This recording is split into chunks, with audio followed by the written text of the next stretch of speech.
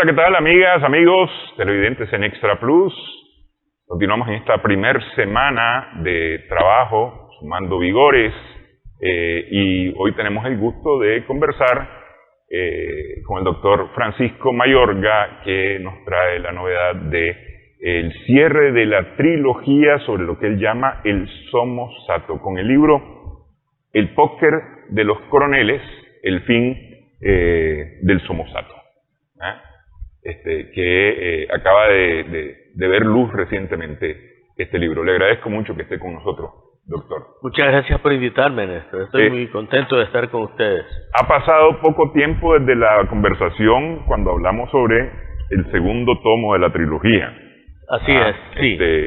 Una noche con la muerte, que es la conversación entre Anastasio Somoza García y su esposa Salvadora. Así es. En la Casa Blanca. Sí, y es un episodio bastante lejano. Te voy a decir dos cosas. Una de ellas es que yo había escrito inicialmente Memorias de Anastasio, pero para poder construir la trilogía la guardé y escribí 5 estrellas. Y 5 estrellas la publiqué y la discutimos en su momento, sí, hace algunos años. Pero ahora, publiqué, mientras salía todo esto y en medio de la pandemia, escribí esta que se llama El póker de los coroneles. Entonces saqué Memoria de Anastasio, terminé de pulir el póker de los coroneles, que es la etapa final del Somosato, la caída de Somoza de Baile, la insurrección, pues el derrocamiento de la dictadura, y entonces ya la tenía prácticamente lista y decidí sacarla ahora a inicios del 23. Creo que voy a estarla poniendo a la venta en Amazon, pero en libro digital, ¿no? En libro digital. Es que fíjese que esa ha sido una pregunta que me han hecho con gente que he conversado a propósito del último libro, del libro anterior, y me decía, ¿y a dónde lo encuentro? Claro. ¿A dónde lo están vendiendo? ¿En qué librería lo están vendiendo? Sí. Incluso creo que hay algún comentario en YouTube también preguntando, sí, que dónde se podía conseguir el libro. Sí, así he visto, y por supuesto que yo quisiera ponerlo a la mano al alcance de todo el mundo. Pero por un lado te voy a decir, escribir libros es una forma muy elegante de no ganar dinero. La sola impresión del libro cuesta plata, y yo por supuesto he hecho el esfuerzo de divulgar mi trabajo hasta ahora, pero son tirajes pequeños. En los últimos 2 tirajes lo he hecho en Bolivia porque me salía más barato imprimir allá y traer los libros a Nicaragua que imprimir aquí. ¿Por qué razón? Posiblemente el costo de la energía eléctrica en la imprenta. Es posible que ese sea el factor más importante, porque en Bolivia la energía eléctrica es muy subsidiada porque ellos producen gas, producen petróleo, y entonces el gobierno pues le da una gran facilidad a la pequeña empresa. Aquí no tenemos esos recursos, no producimos petróleo, tenemos que importarlo y pagar los precios internacionales. Entonces aquí la energía eléctrica tiene precios internacionales. Sí. Entonces me resultaba más conveniente hacerlo allá. Pero los traigo aquí y lo que quiero es, me ha pasado, ¿verdad? Hago una presentación del libro en Managua y si tengo 60 ejemplares, se venden todos. 70 ejemplares se venden todos y no me queda nada, digamos, para las librerías. Pero si lo pusiera en las librerías, el precio tendría que ser muy alto porque la librería también tiene que ganar. Yo no gano nada por el libro, pero sí tengo que pagar a la editorial, la diagramación, el diseño de la portada, el trabajo de cuidar la edición, y luego esto hay que pagarle a la imprenta, pues. Entonces yo lo he vendido siempre al costo de la imprenta más la editorial, eso es.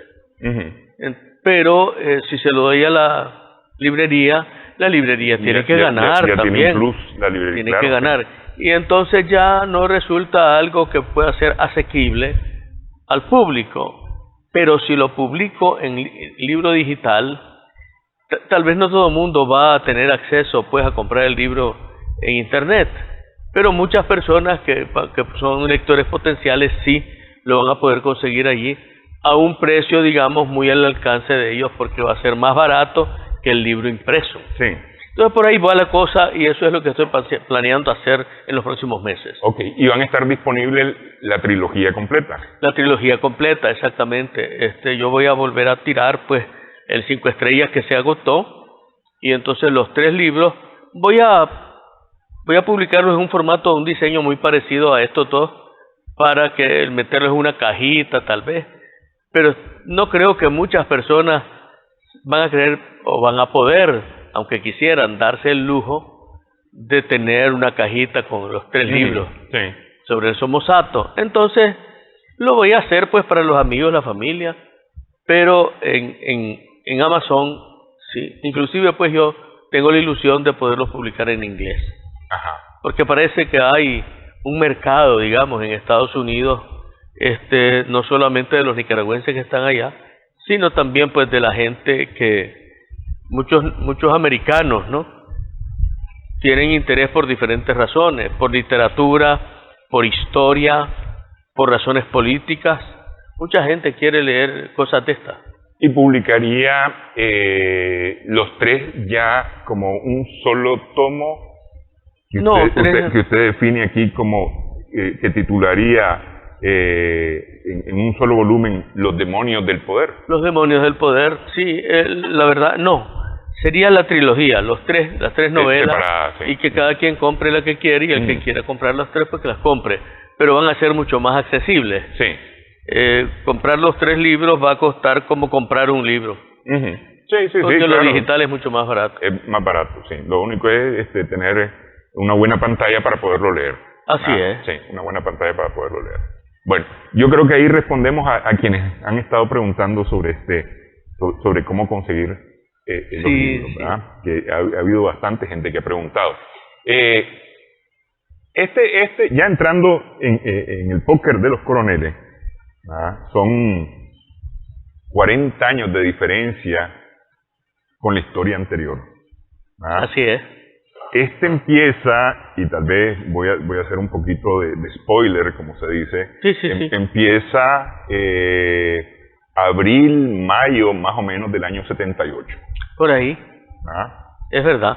Y tiene unos flashbacks que van un poco más atrás, incluso varios años más atrás, pero son flashbacks. Claro. La historia se desarrolla abril, mayo del año 78 hasta más o menos marzo, abril del año 79. Así es, exactamente. Es como un año.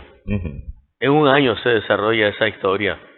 Sí, mira, yo creo que en el derrocamiento de la dictadura lo que subyace y lo más importante, creo, es la insurrección popular vanguardizada por el Frente Sandinista, que es el que logra de alguna manera, en cosa de 2-3 años, crear una estructura político-militar clandestina que rebasa la capacidad de la seguridad de la Guardia Nacional, rebasa la capacidad del ejército de Somoza y rebasa a todos los actores.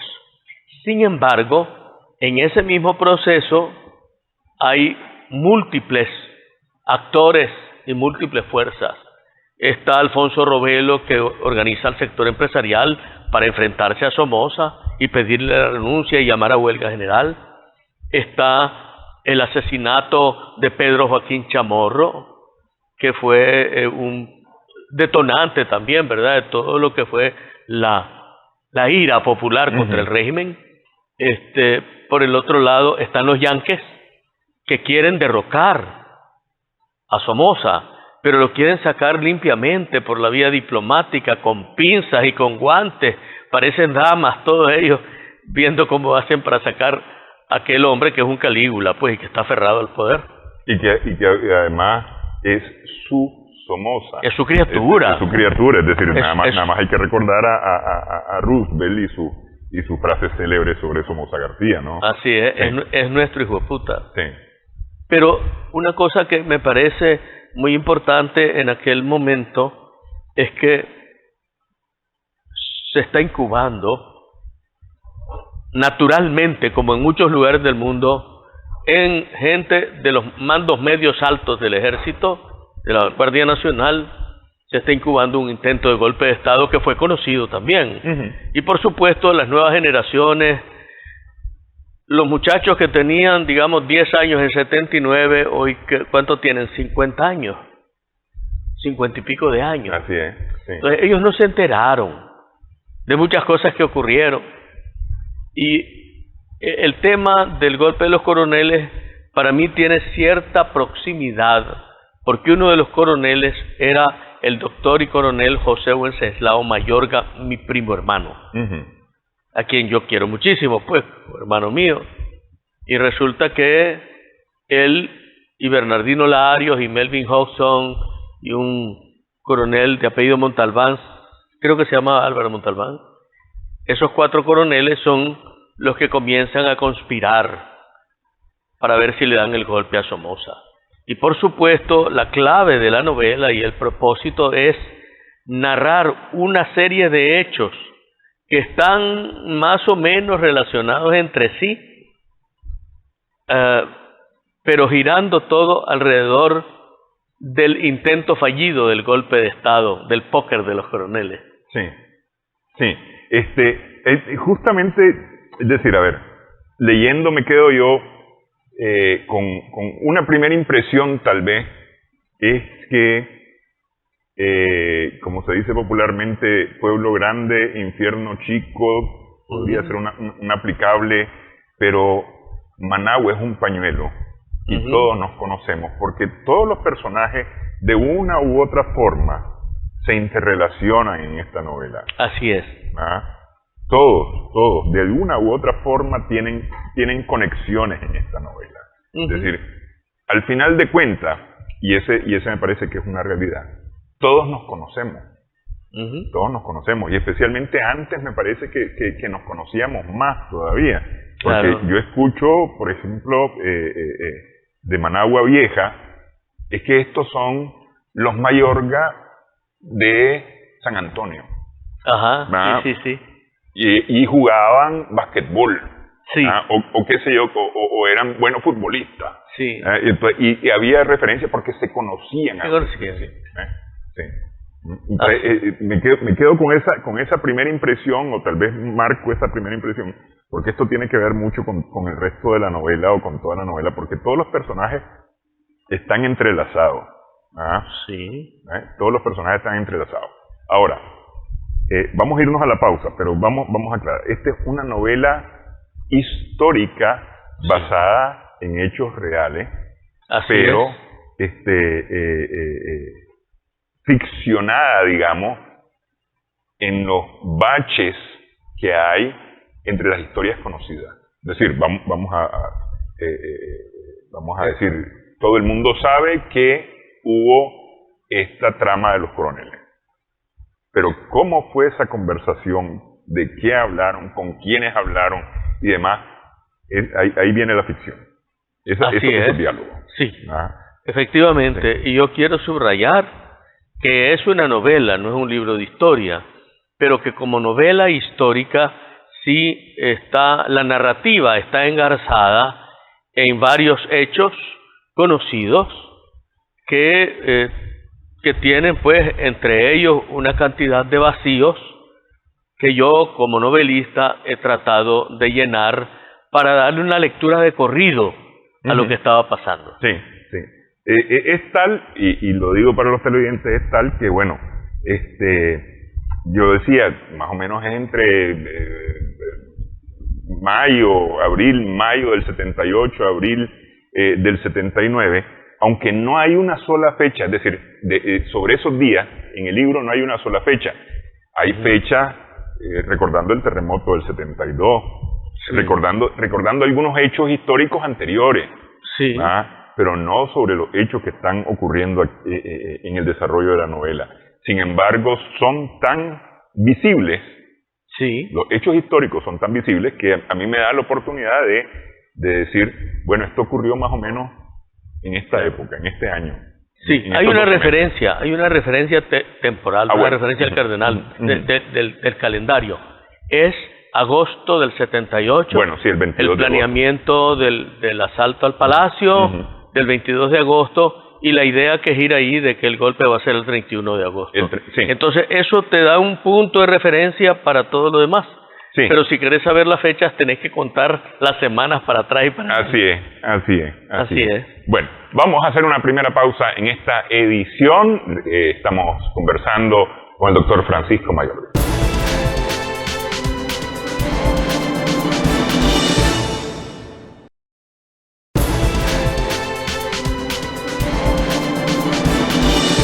Continuamos en esta conversación, Sumando Vigores, con el doctor Francisco Mayorga, a propósito de su libro, El póker de los coroneles, que cierra la trilogía sobre el Somosato. A ver, antes de continuar hablando sobre este tomo final de la trilogía, ¿por qué el Somosato? ¿Por qué escribir sobre el Somosato? Bueno, hay una cantidad de maneras en español de explicar ciertos periodos de la historia, digamos. Inclusive, pues, contemporáneamente uno habla del califato, ¿verdad? El califato es un hecho histórico que ocurre donde hay un califa y una estructura, ¿no? El Somosato, como un sultanato, donde el sultán gobierna, el Somosato es el periodo donde los Somoza gobiernan, con una estructura y un episodio histórico. ¿Por qué no le digo somocismo? Porque somocismo es un movimiento político que gira alrededor de los Somoza en apoyo a Somoza. Y yo no puedo decir que el somocismo termina, porque de hecho todavía hay somocistas, viejos somocistas que andan vivos dando vueltas por ahí, soñando con el pasado. Y tampoco puedo decir que el somocismo define el fin del periodo. Es todo lo contrario, ¿no? Es el Somosato lo que se desmorona porque la gente se alza contra los somocistas, contra la guardia somocista, contra los liberales somocistas. Y ese es el choque. Me pareció que lo idóneo era utilizar una palabra que efectivamente define un periodo, y así como te decía, ¿verdad? Sultanato, el periodo en el que gobierna o el lugar donde gobierna el sultán, así Somosato. Por eso. Ok. Pero ¿por qué Somoza? Es decir, ¿por qué escoge usted del 36, digamos, que inicia Somoza García, el 79, este periodo de historia? Sí, en realidad lo agarro desde antes, del 31, ¿no? Sí. Porque el terremoto del 31 es donde comienza mi trilogía y que define la oportunidad que tiene Anastasio Somoza García para asaltar el poder e imponer su agenda política. Entonces, ¿qué es lo que te estoy diciendo? Desde ese momento hasta el 79, la historia de Nicaragua está gobernada por la familia Somoza, por Anastasio Somoza García y su mujer, y luego por los hijos, Luis Somoza brevemente, y después Anastasio Somoza de Baile, que es el último miembro de la dinastía. De hecho, pues hay una dinastía, sucesiones familiares, con algunas variaciones intermedias, que no son del caso, porque realmente uno puede estudiarlo con la lente de la historia, y eso es maravilloso, pues hay mucho detalle. Pero yo lo que quiero en la novela es presentarle a mis lectores tres visiones distintas, ¿no? Una, en el 5 estrellas, presentarles lo que es la naturaleza, la sagacidad, la astucia, la codicia, la ambición de Somoza, y su capacidad de maniobra para seducir a los yanques y controlar a Moncada y asaltar el poder. Una jugada política. Segundo, la plática de Somoza y su mujer para presentarte cómo los demonios del poder se han adueñado de estas dos almas. A lo mejor lo traían ya, los demonios del poder los traían inoculados desde la cuna, a lo mejor desde antes de nacer, no lo sé. Pero los dos son dos animales de poder que se juntan y comienzan a tramar una serie de acciones al sentirse bendecidos, ungidos por el emperador Franklin Delano Roosevelt para gobernar Nicaragua y hacer y deshacer. Entonces vos podés ver ahí en las Memorias de Somoza cómo ellos planifican todo lo que hicieron después. Eso me parece interesante. Finalmente, en el póker de los coroneles, yo lo que quiero es darles a mis lectores una perspectiva clara de cómo había múltiples factores, que era una situación sumamente compleja, y que dentro de esa gran complejidad vos tenés que el Frente Sandinista vanguardiza la lucha para derrocar a Somoza, el sector privado hace su esfuerzo, los coroneles de la Guardia también empujan, y los americanos por detrás maniobrando y siempre tratando pues de ver cómo sacan a Somoza. Vos tenés cuatro grandes fuerzas que están reflejando los distintos intereses, los intereses de la Guardia, los intereses de los empresarios, de la oligarquía, los intereses de los yanquis por el otro lado, y los intereses populares. Todos esos están en un torbellino. Para mí lo más importante es que uno se dé cuenta de que la historia no la terminan definiendo esos actores, sino que hay unos hilos de la historia que van enredándolo todo, y eventualmente un par de delaciones, un par de indiscreciones desvían el curso de la historia y lo encauzan hacia el derrocamiento del Somozato. Me parece que es importante reconocer que el curso de la historia no obedece solamente a los grandes designios, que los grandes designios tienen su papel, pero que también las pequeñas cosas, la fuerza del azar, sí, tiene una incidencia tremenda sobre la gente. Y bueno, pues a mí me gusta dar ese ejemplo, ¿no? De que al salir de aquí yo puedo agarrar hacia la izquierda o hacia la derecha, y hacia la derecha puede venir un carro a toda velocidad y chocarme, pero no pasa nada. Pero al otro lado puede venir un camión y chocarme y quedo desquebrajado, y a lo mejor me muero pues en el hospital. Porque ese es el azar. sí. Todos nosotros, todos los seres humanos, y por eso no vivimos diciendo cuídate, anda con cuidado, maneja despacio, cuidado, no sé qué, cuídate. ¿Por qué te dicen cuídate?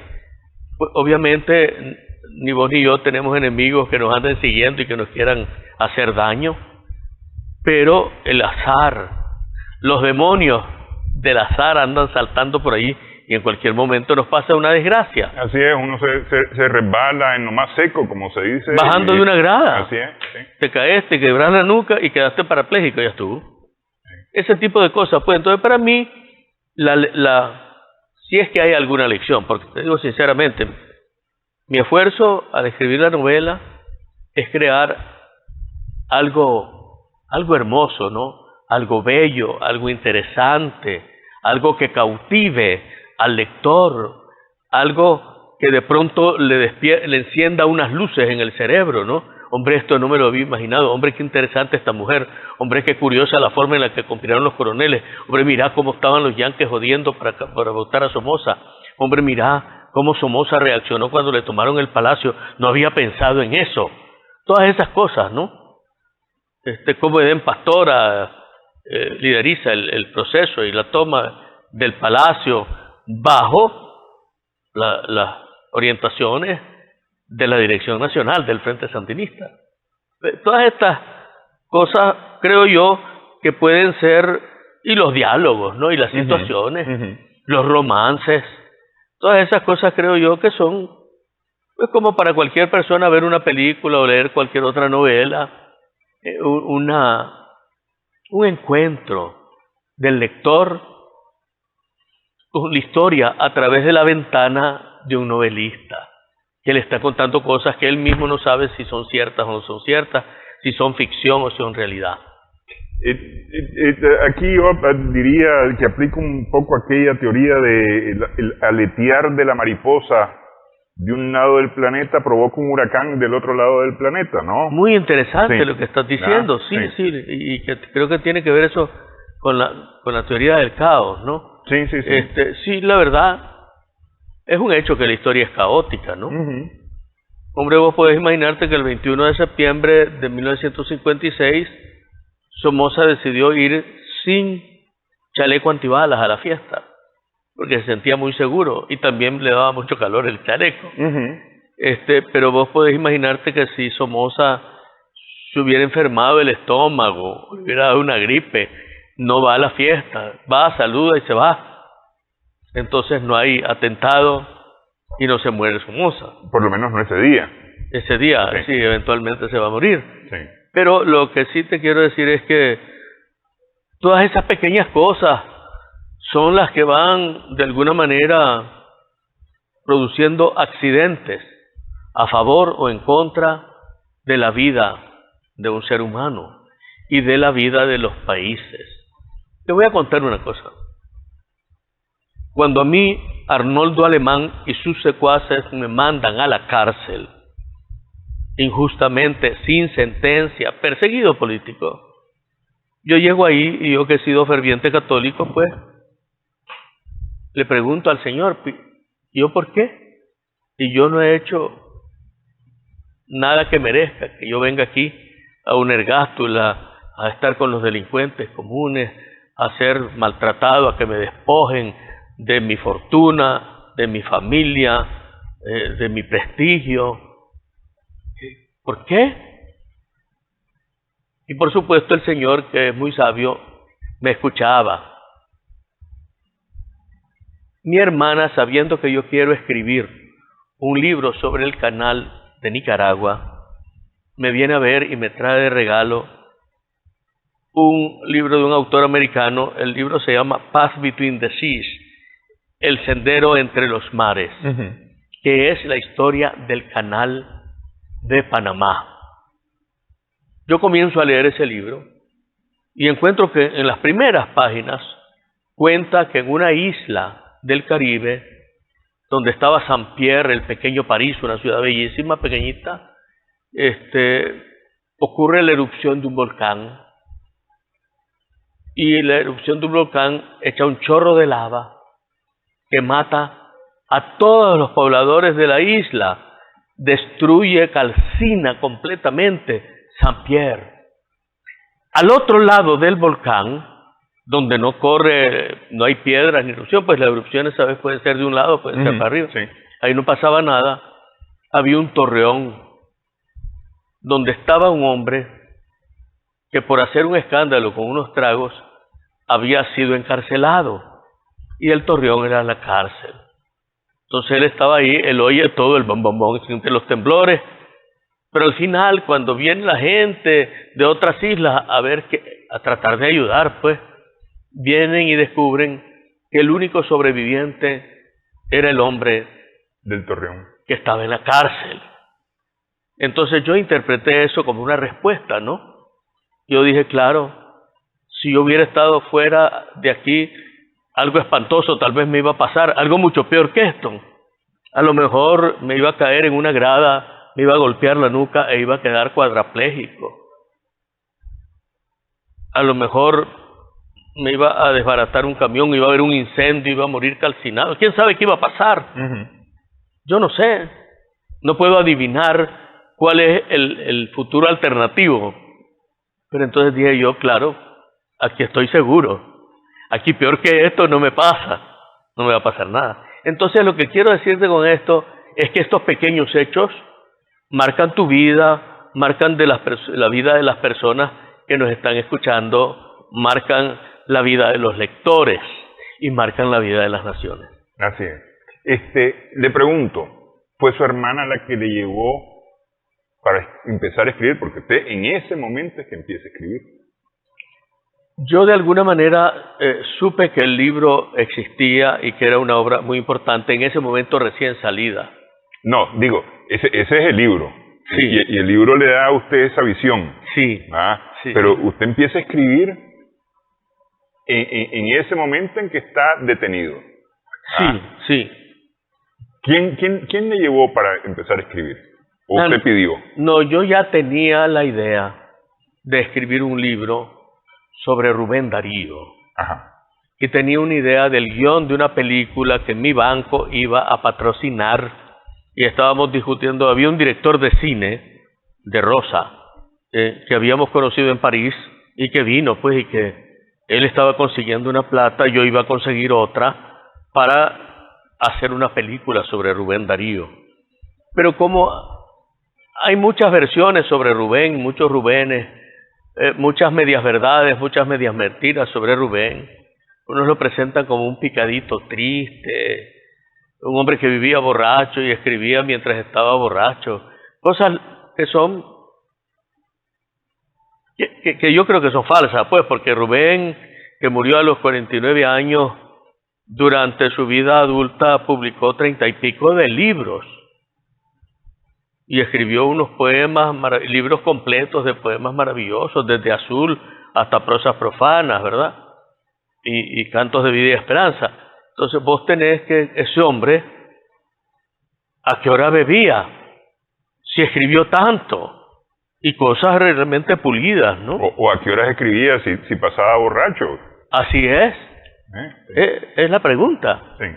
Entonces yo dije, no, es importante desarrollar la visión del gran Rubén, el diplomático, en París. Porque él vivió años en París y era cónsul realmente, pero presentarlo pues con su traje de embajador y presentarlo involucrado en el tema, esa fue la primera novela, presentarlo involucrado en el tema del canal por Nicaragua. Entonces allá en París él se encuentra y en efecto pues él se conoce con Gustave Eiffel y con el famoso francés que fue el que construyó el canal de Suez y que vino a construir el canal de Panamá y fracasó, Lesseps. Y había pues, se conoce con Oscar Wilde, una gran cantidad de personas en París que en efecto conoció y escribió sobre ella. Entonces digo yo, tenemos que crear una imagen del gran Rubén, el diplomático, el político, el visionario, como en efecto era Rubén, pues era un gran hombre, un hombre extraordinario que cambió la manera de hablar del español. El español se habló de otra manera desde que Rubén comenzó a escribir. Sí. Entonces, como yo quería promover esa película, cuando yo llego a la cárcel, yo digo, yo no sé cuántos años va a gobernar Arnoldo y cuántos años me va a tener aquí, porque sentía yo claramente que el hombre no solamente era la codicia la que lo movía para adueñarse de los bancos y de las propiedades ajenas, porque como dicen, es un gran amigo de lo ajeno.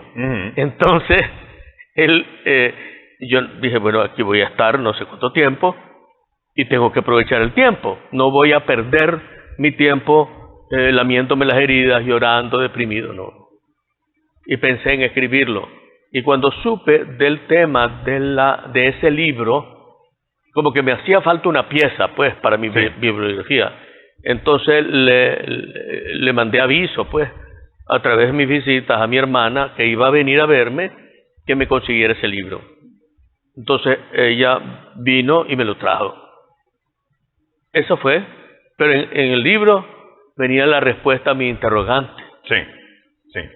Ok, vamos a hacer pausa nuevamente. Vamos a volver a hablar acerca del el póker de los coroneles, perdón. El último libro de la trilogía sobre el Somosato del doctor Francisco Mayorga.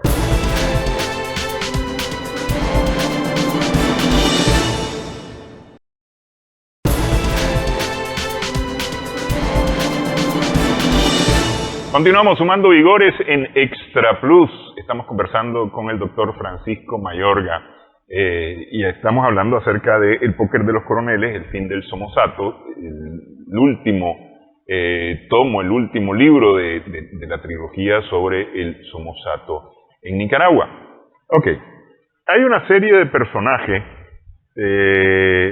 usted mencionó a los 4 coroneles que en el libro están con nombres totalmente distintos, es decir, ya hay una...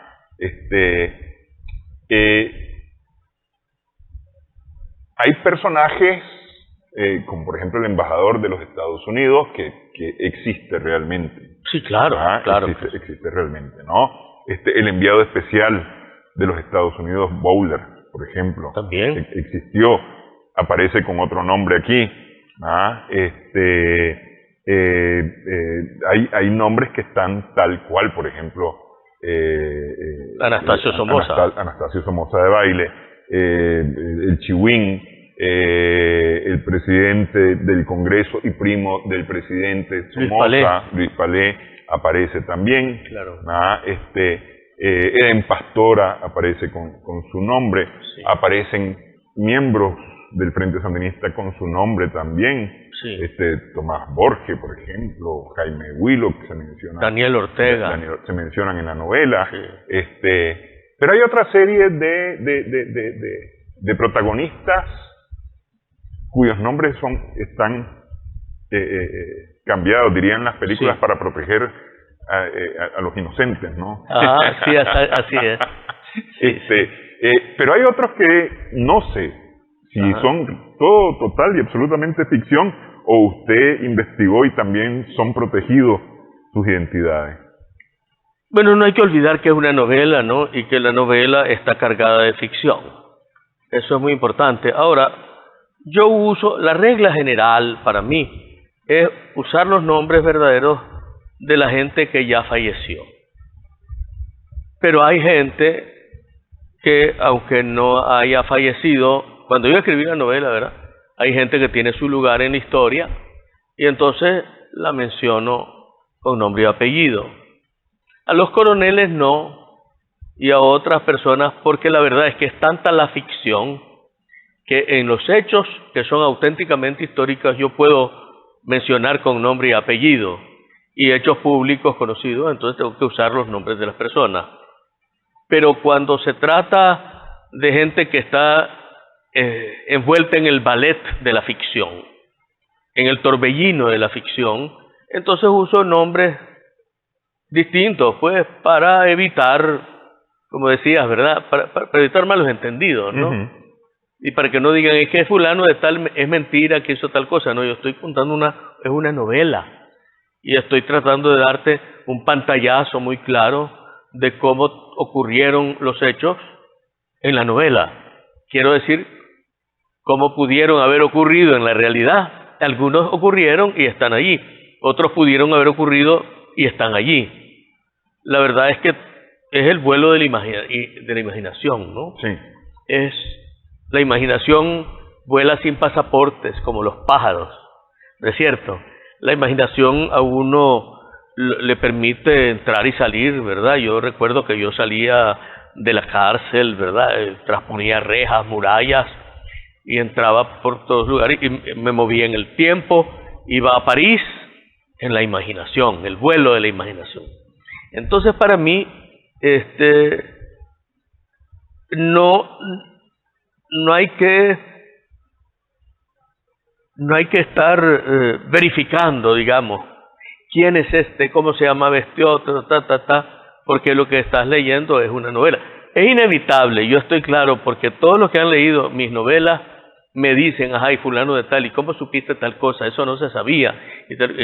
Hombre, hay un episodio en una de mis novelas, en la Puerta de los Mares, donde yo cuento que Rubén Darío, en una conspiración con los franceses del Canal de Panamá, trae un cargamento de armas que luego Zelaya utiliza para atacar a los ingleses y reivindicar la Mosquitia con Rigoberto Cabezas. Entonces yo cuento eso ahí en la novela. Entonces alguien me dijo, yo no sabía, me dice, que Rubén había traído las armas para la reivindicación de la Mosquitia. Me dice, fantástico, eso nunca nadie se había mencionado. Yo le digo, acuérdate que es una novela. Acuérdate que es una novela. Y entonces, entonces es mentira, me dice. La novela es ficción, le digo yo. Es una ficción. Es una novela es como cuando lees Los Tres Mosqueteros. Pues no existieron ni D'Artagnan, ni Aramis, ni Athos, ni no sé quién. Y no es verdad que D'Artagnan se tiraba a la reina, le digo. Esa es la imaginación de Alejandro Dumas. El hecho de que hubo un tiempo en el que todos los franceses creían que D'Artagnan era un personaje de la vida real y que había tenido amores con la reina y que el rey Luis XIV era el hijo de D'Artagnan y que había un hombre de la máscara de hierro, le digo, pues eso no es historia, le digo, eso es novela. Sí. Pero la gente quiso creer en eso como los niños creen en Superman, le digo.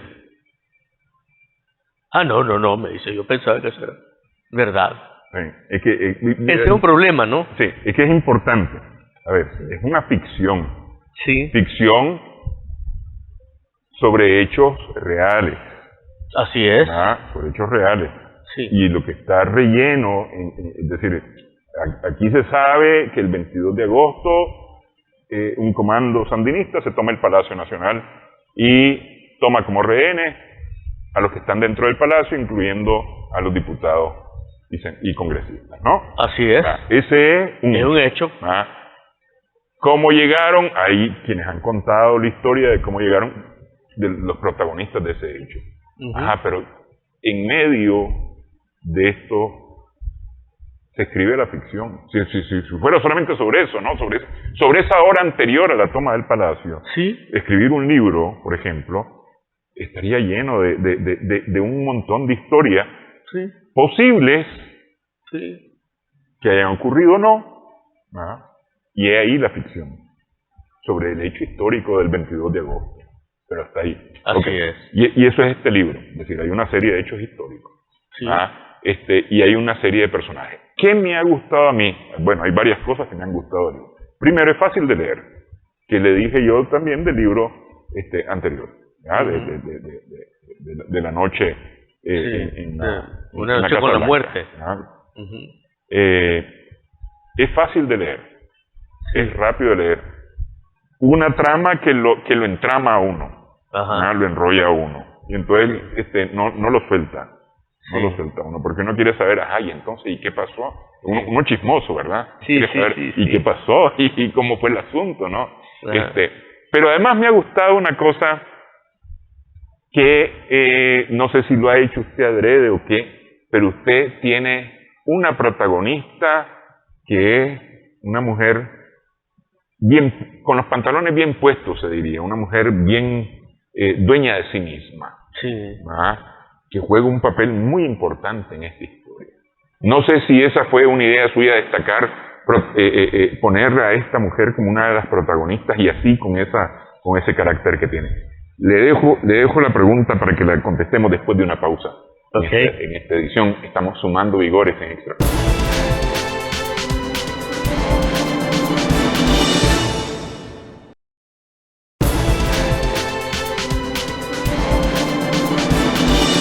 Continuamos sumando vigores en Extra Plus. En esta edición estamos conversando con el doctor Francisco Mayorga. Le decía que en el libro, en el Póker de los Coroneles, me encuentro yo con una protagonista que yo no sé si esa fue su intención de entrada, poner a una mujer como protagonista de esta historia, pero es una mujer que no solamente es guapa, según la descripción, sino que es una mujer muy segura de sí misma, independiente, que sabe para dónde va, lo que quiere, es decir, está bien parada. Es un personaje fundamental para la estructura de la novela, porque en ella confluyen varias de las cosas. Es casi accidental, yo creo que es un spoiler, como decíamos, pero ella es una mujer que tuvo un novio cuando estaba en secundaria, y el novio se va y se mete al frente. Ella en el camino se conoce con un militar, que es un hombre casado, pero trabajaba en la AID, que estaba en las oficinas de la embajada, y allí se conoce con el agregado militar. El agregado militar se enamora. Ella es una mujer que tiene dos amores. Un amor al que ella adora, que es militar, pero es casado y no hay futuro. Y este gringo, que es muy buena persona, que se lleva bien con ella, que la admira, que la respeta y que le ofrece matrimonio. Ella está entre esas dos fuerzas y de alguna manera está cultivando las dos relaciones durante un periodo corto. Pues ella cae en los brazos del uno y dice, bueno, a lo mejor aquí este es mi pasado y este es mi futuro, pues, ¿verdad? Y está en esa transición y el militar le cuenta sobre la almohada los planes que tiene y ella en una circunstancia pues particular que aparece en la novela termina contándole al agregado militar de la embajada. Entre tanto, se aparece de casualidad a su casa, le golpea a la puerta el novio de su juventud, al que ella había amado. Y entonces, ¿y por qué? ¿Qué te pasa? Déjame quedarme aquí. Está siguiendo la guardia. Le dice, soy sandinista, tal y tal. Y en medio de toda esa plática le dice ella, salite de ahí, hombre, sí, esto ya se va a acabar, ya te van a dar un golpe de estado a Tacho. Y en los días que faltan, a lo mejor te pegan un tiro, te vas a morir, le dice. Mejor apartate, le dice, salite de eso. Ella lo quiere, pues. Porque así son los amores. Sí. Así son los amores. Mucha gente siempre estamos pretendiendo, los hombres que hemos tenido muchos amores, las mujeres que solo han tenido un amor. Esos son los dos mitos, el masculino del macho y el femenino, pues, de la mujer fiel, leal, etcétera, de la mujer de un solo amor. Pero la verdad es que todos los seres humanos compartimos una serie de emociones, de falencias, y yo no tengo duda de que esta mujer en la novela tiene un lugar en su corazón para su novio de la juventud. Para su primer novio. Su primer amor. Sí. Y tiene esta duda entre estos dos amores ya de la edad adulta. Resulta que el agregado militar lleva la información a sus autoridades y por ahí le llega a Somoza. El muchacho sandinista lleva la información a sus superiores y yo sé quién es y todo, pues, pero no está en la novela. Pero la información llega a Costa Rica y ahí está la Dirección Nacional. Entonces, el soplo, el chisme y las dos direcciones en las que agarra el chisme son las que trastocan toda la situación. Y ese es el nudo fundamental de la novela. Sin ella no hay novela. No hay novela, sí. Y sin ella, y sin chisme, no hay novela tampoco. Entonces, para mí lo que es importante es que el lector lea entendiendo, que va descubriendo distintos, como en una cebolla, ¿verdad? La va pelando y va pelando y va descubriendo diferentes aspectos de lo que ocurrió en esa época, pero que al mismo tiempo pues va encontrándose con estos amores, con estos temperamentos, con estas circunstancias accidentales, ¿no? Y al fin y al cabo, para mí, pues lo que es importante, como te decía al principio, es que el lector entienda que la historia no es un cuento muy sencillo, que todas las historias en todas partes del mundo son como la historia de cada uno de nosotros. Nosotros vamos por un túnel oscuro y vamos enfrentando diferentes situaciones y dentro de esas situaciones vamos tomando decisiones, a veces acertamos, a veces nos equivocamos, a veces no sabemos cuáles son las consecuencias de las decisiones que estamos tomando. Porque las consecuencias muchas veces no son el resultado de la decisión que tomaste, sino es el resultado de decisiones que toman otros. Ahí va. Así es. Lo otro que me ha gustado de la novela, usted mencionaba que quienes andábamos por los 10 años al año 79 o al año 78, cuando ocurre la novela, no nos dábamos cuenta tal vez de algunos de estos hechos.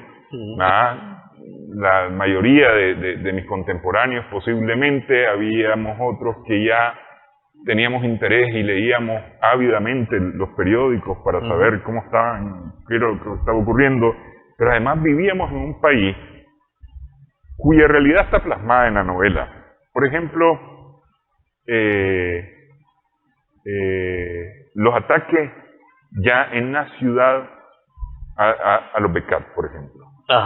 Es decir, yo no me acordaba. Es decir, pero inmediatamente, ¡pum!, leyendo, sí es cierto. Y en la noche además se oían disparos, y habían explosiones, y pasaban vehículos a toda velocidad en la noche, y el toque de queda, por ejemplo.